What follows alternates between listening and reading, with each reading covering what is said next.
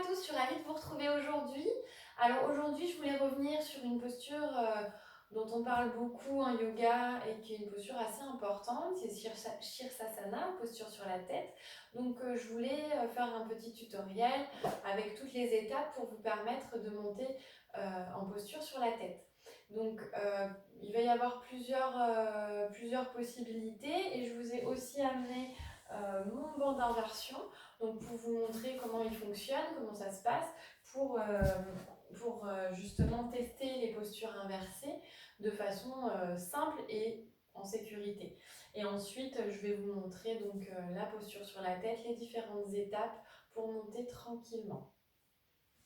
Donc, pour commencer, la première des choses quand on veut travailler la posture sur la tête, c'est de venir renforcer le haut du corps, renforcer les épaules et les bras, parce qu'on n'est pas seulement en appui sur la tête, mais on est aussi en appui sur les bras. Et ça va être très important de venir pousser dans les avant-bras pour justement dégager cette pression qu'on va avoir au niveau de la tête, et surtout on va créer, parce que si je n'ai pas de force dans les bras, j'ai tendance à m'effondrer complètement, du coup j'amène toute la pression sur la tête, et surtout ici ça devient très dangereux pour les cervicales.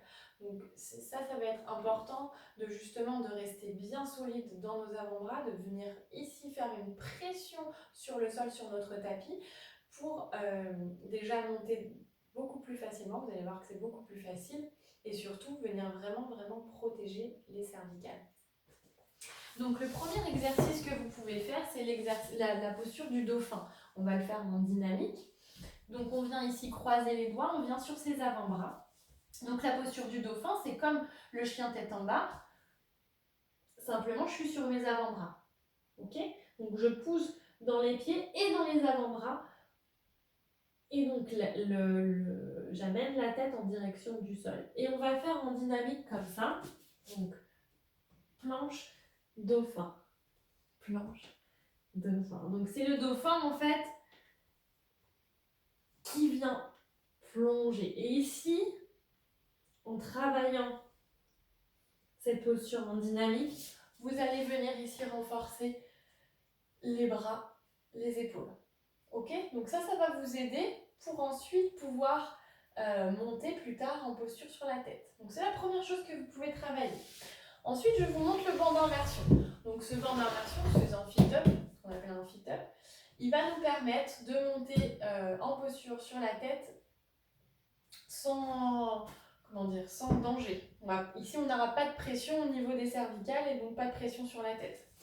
Donc je vous montre les différentes étapes sur le fit-up et après on le verra ensemble sur le tapis.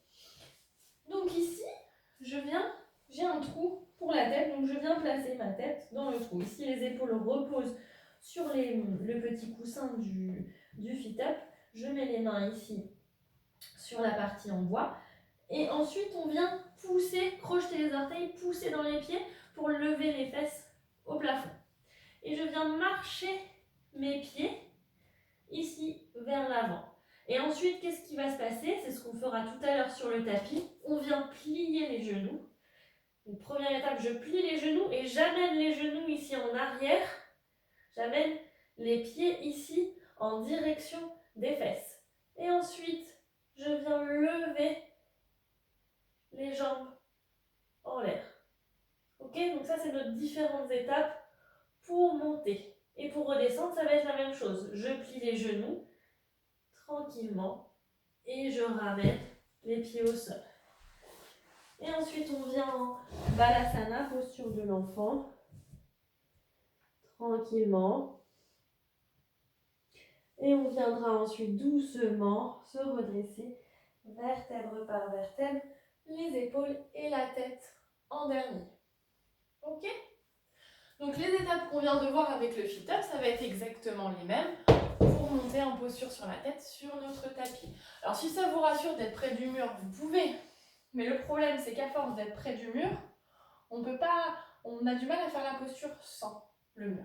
Donc c'est bien, si ça vous rassure et que vous êtes tout seul, c'est bien éventuellement, mais plutôt demander à quelqu'un de se placer derrière vous pour vous tenir au cas où vous ayez peur de basculer. D'accord ? Le plus important, ça va être vraiment de protéger ses cervicales. Donc on va faire attention. Première étape, ici on vient attraper les coudes et je viens poser mes coudes ici sur le sol. Ok, ensuite j'ouvre, je relâche les coudes pour attraper ici les mains, crocheter les mains et faire une petite coupole ici qui va venir accueillir l'arrière de la tête. Et je viens poser le sommet du crâne sur le sol. Donc ça, c'est la première étape. Donc là, vous ne risquez rien. Il n'y a pas de tension particulière sur les cervicales. Simplement, vous pouvez déjà essayer de vous mettre dans cette posture-là. Parce que là, vous avez quand même, vous êtes quand même en posture inversée. Vous avez la tête sur le sol. Ensuite, la deuxième étape, ça va être de venir crocheter les orteils et de pousser dans les pieds. Donc ici, on sent déjà une pression supplémentaire au niveau de la tête. Donc là, il va falloir vraiment engager les bras, mais sans que les coudes partent sur l'extérieur. Ok, on fait attention à ne pas ouvrir l'écart qu'on a fait au début. Ensuite, je viens marcher les pieds comme tout à l'heure. Et là, je vais pouvoir plier mes genoux. Je plie mes genoux, j'amène les pieds ici vers les fesses et ensuite seulement je vais pouvoir lever les jambes tranquillement au-dessus de la tête. Et tranquillement, je pense à bien respirer et pour redescendre.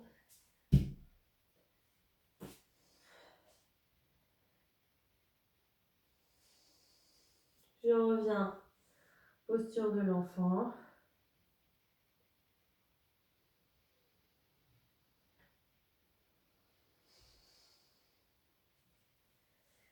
Et tranquillement, on vient dérouler le dos.